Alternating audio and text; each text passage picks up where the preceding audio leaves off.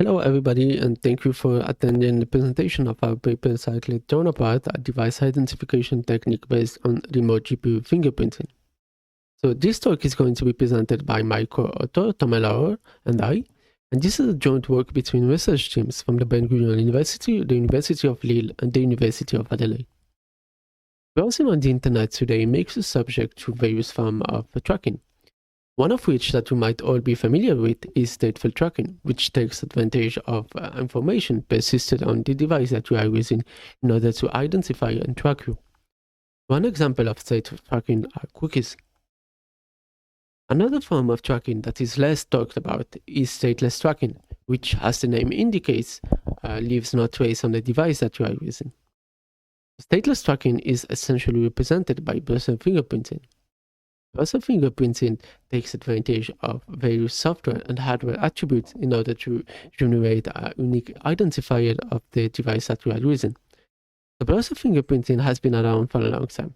It has first been studied back in 2010, and there has been a lot of follow-up work that have studied the identification power of browser fingerprinting. So as we said, browser fingerprinting takes advantage of software and hardware attributes. Software attribute might be the installed fonts. It might be what operating system you have. It might be what plugins you have.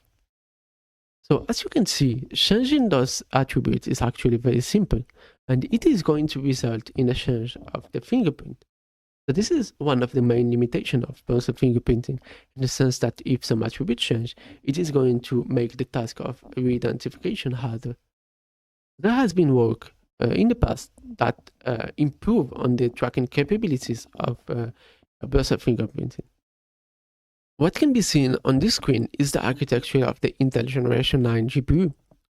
The GPU are very good at tasks that take advantage of highly parallel architecture, such as matrix computation, for example. The GPU are very good at this kind of tasks because they are themselves comprised of many weak processors that are stacked in execution unit, which execute tasks in a parallel way. Having this big picture of the GPU, we ask ourselves, what can we extract from the highly parallel architecture that might enable us to uniquely identify a given GPU? Our hypothesis is that each GPU, even from the same model, shows difference on some scale, which means that even if we take two GPU from the same production line, we might find a way to actually identify uniquely the two GPU. We have found that we can fingerprint the concurrent behavior of a GPU through web APIs. We call our technique DrawnApart. In order to do that in a browser, we have to respect some constraints. The first constraint that we have to respect is that we must use the WebGL API in order to communicate with the GPU stack. But the WebGL API actually allows only for limited access to the GPU. The second constraint is that we can send a batch of concurrent tasks and only be notified when all tasks are completed. Finally, the last constraint is that using WebGL, tasks are actually isolated. So this means that no data can be shared between the different tasks. So knowing this constraint and knowing this how the GPU actually work, we have found a way to uniquely identify a given GPU. As Naive said, we need to use the WebGL API, and in order to use the WebGL API, we need to find a task that the WebGL API knows how to run on a GPU. And we found our task to be compute CNH operation a lot of times, and we also tried other operations, but we found the CNH to be the most consistent across different sets of devices.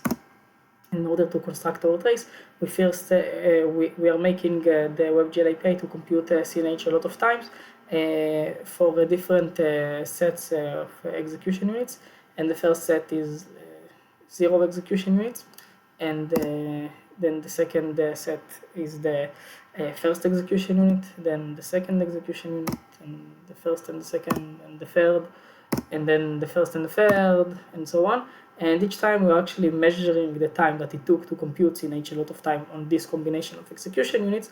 So we have 10 execution units, and it means that we have 2 in the power of 10 samples per trace, which is 1024. So we have 1024 time measurements per trace of different combination of execution units.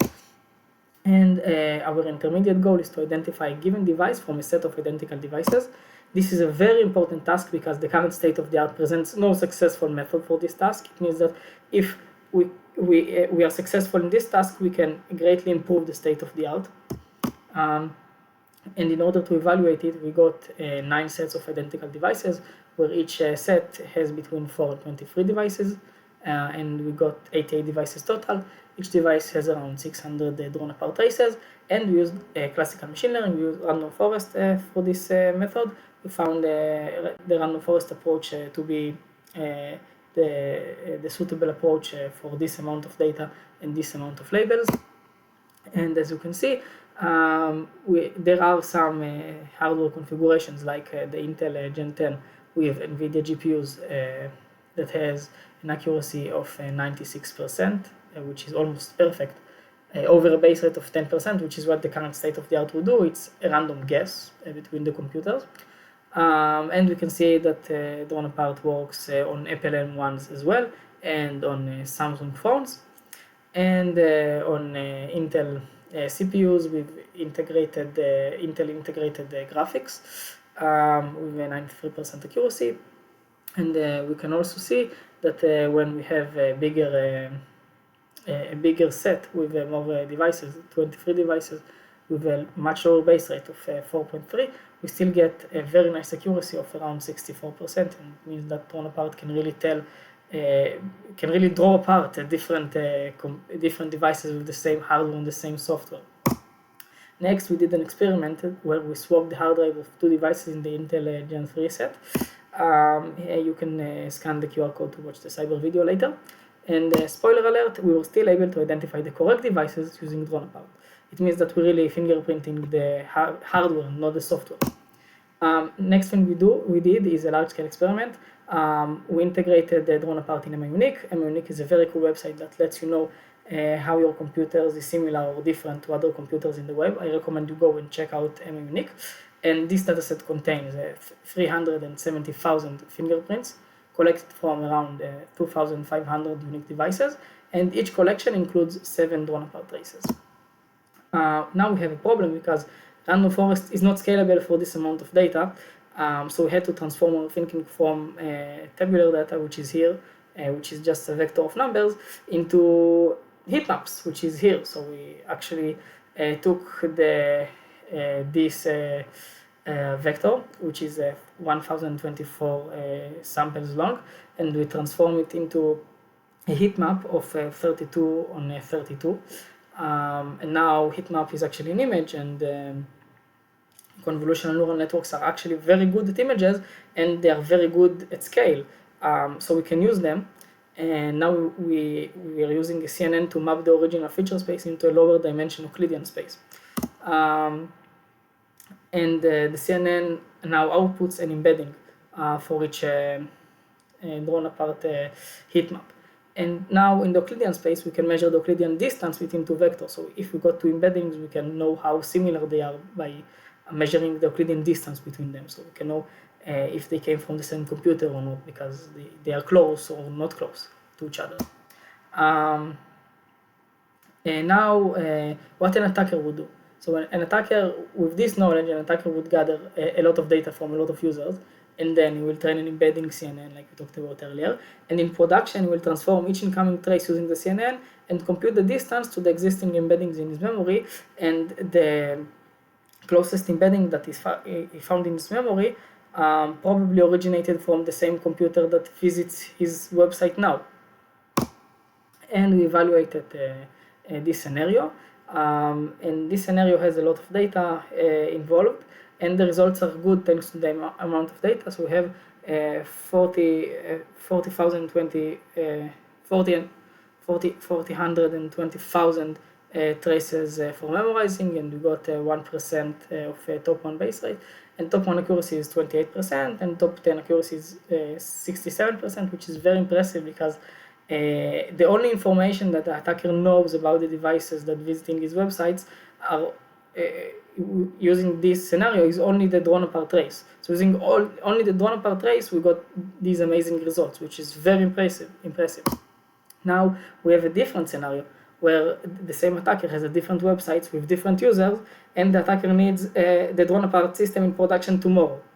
But the attacker already has the trained neural network from before, so he can do one-shot learning in production. This is a much harder task because it involves way less data. So we did an evaluation in k-shot conditions. K-shot means k visits of a given device before we are starting to inference using this device. And as you can see, the results are very impressive, even though the task is much harder. In the one-shot method, we got 14,000 traces for memorizing, which is really low.